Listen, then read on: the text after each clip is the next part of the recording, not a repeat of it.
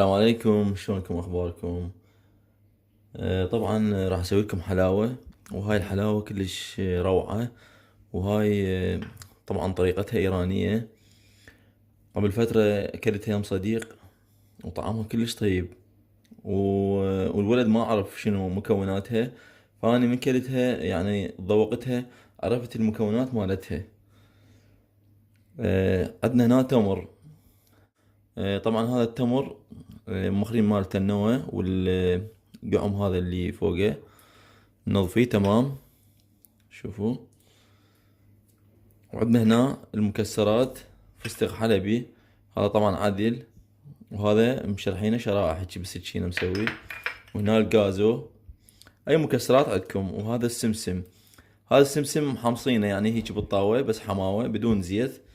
هيجي صار شكله يعني 4 دقايق. وهنا عندنا الهيل مطحون، طبعا الهيل مطحون ملعقة كوب. وهنا تمر هند، هذا شوفوا، هذا التمر هند بدون نوى، هذا يستخدمون العصائر. هذا شكله خذت قطعة من عنده. واذا ما تردون يعني ما عندكم تمر هند ذني كلش كافي. هسه ايش راح نسوي؟ اذا ما عندكم ماكينة، هو عادي ينثرم بالماكينة هذا التمر. اللي ما عنده ماكينة، حتى اذا ست البيت هم يصير. هسه راح نثرمه بالسكينة قدامكم.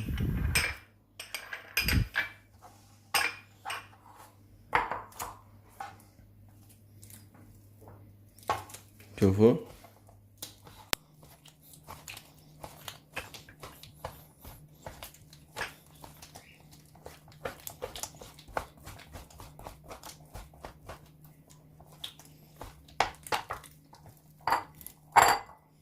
هذا من التمر راح نقطعه. هسه راح نثرمه هذا كله بسكينة، نثرمه يعني نعيد عليه مرتين او 3.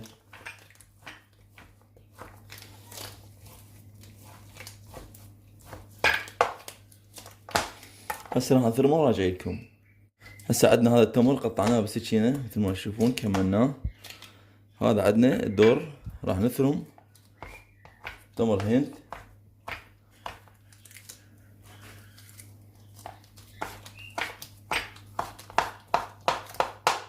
طبعا هسه هاي راح تشوفوها الأكلة غريبة بس طعمها روعة. التمر هند والتمر العراقي.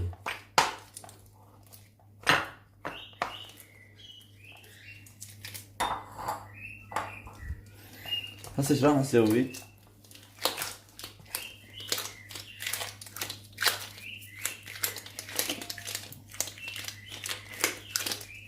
راح نلابسه. هسه احنا محضرين الطاوة وضفنا عليها شوية زيت او زبدة اذا عندكم. هسه راح نروح على الطاوة ونشوف وراويكم الطريقة. هسه مثل ما تشوفون اشعلنا النار هيجي، نار ناصي كلش. وضفنا قليل من الزبدة باقول او الزيت، انا استضيف الزيت.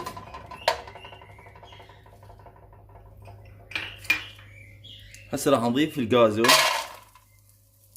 اي مكسرات عندكم. وراح نضيف الفستق الحلبي. وراح نضيف شوية من السمسم، نص من عنده.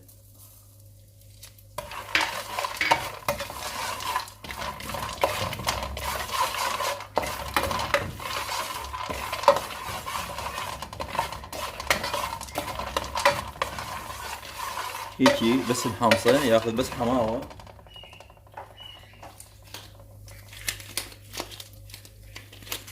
هسه عندنا هذا التمر،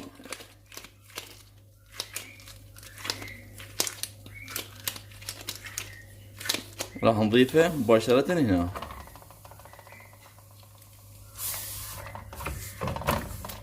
هسه راح نطفي النار.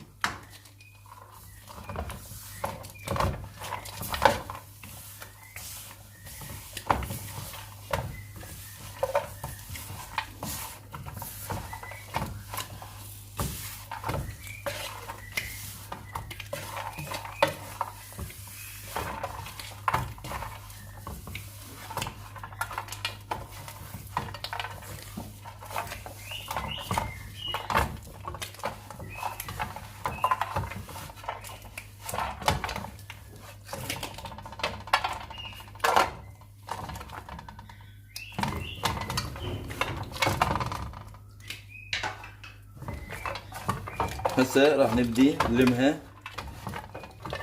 طبعا هنطفي النار هسه.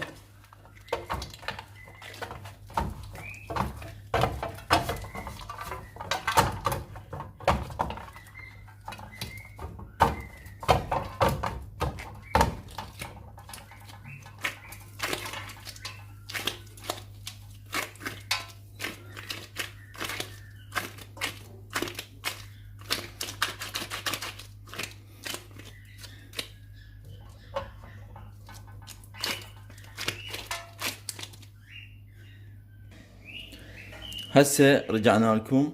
باو شلون صارت.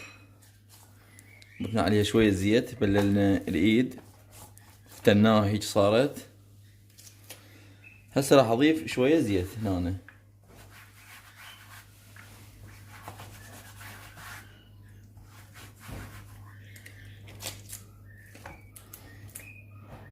راح اضيف رشة سمسم،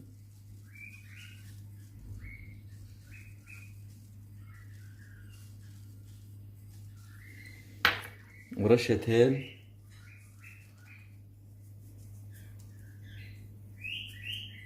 وراح اضيف الفستق الحلبي،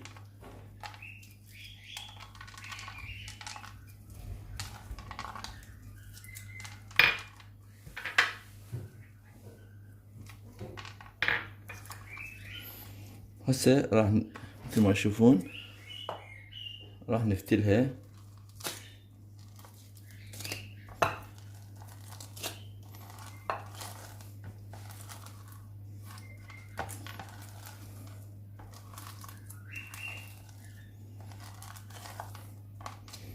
ولا تردون تضيفون بعد شوية سمسم، المكان اللي ما لاحه.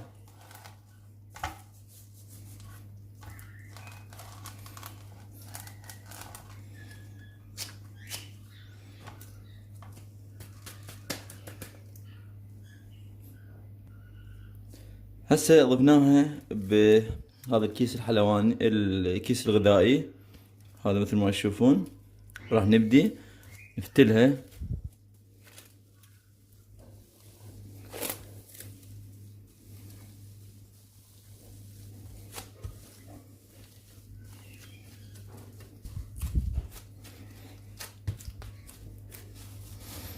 طبعا هاي كلش طيبة برمضان، وشوفوا طعمها شلونه مرتب. هسه راح ندخلها الثلاجة، خليها بالثلاجة ربع ساعة فقط بس تبرد، وبعدين نقطعها. هسه راح ادخلها بالثلاجة ربع ساعة، ونطلعها ونقطعها لكم مراويكم الشكل النهائي. هسه رجعنا لكم، وهسه مثل ما تشوفون هاي شلون شوية جمدت بالثلاجة، خليناها ربع ساعة. هسه راح نبدي نقطعها.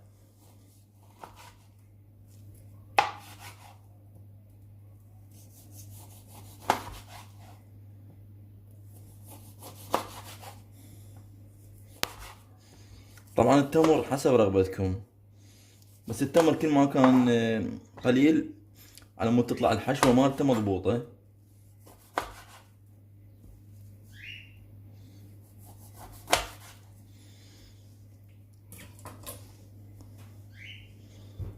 هذا هسه قطعناه وهذا شكله صار. طعمه فد شي صار روعة.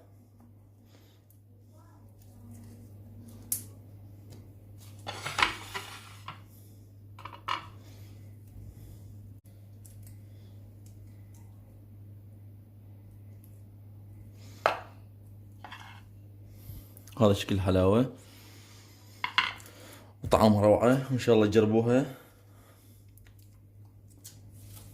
وتعجبكم. وطبعا طعمها روعة، وهاي راح اكلها قدامكم.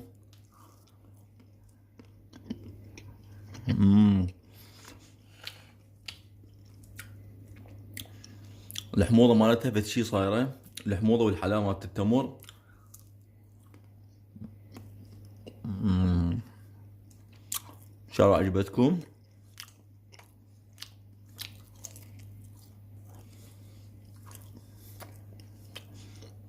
اتمنى تجربوها، تنطونا رايكم بيها، ومع الف سلامة.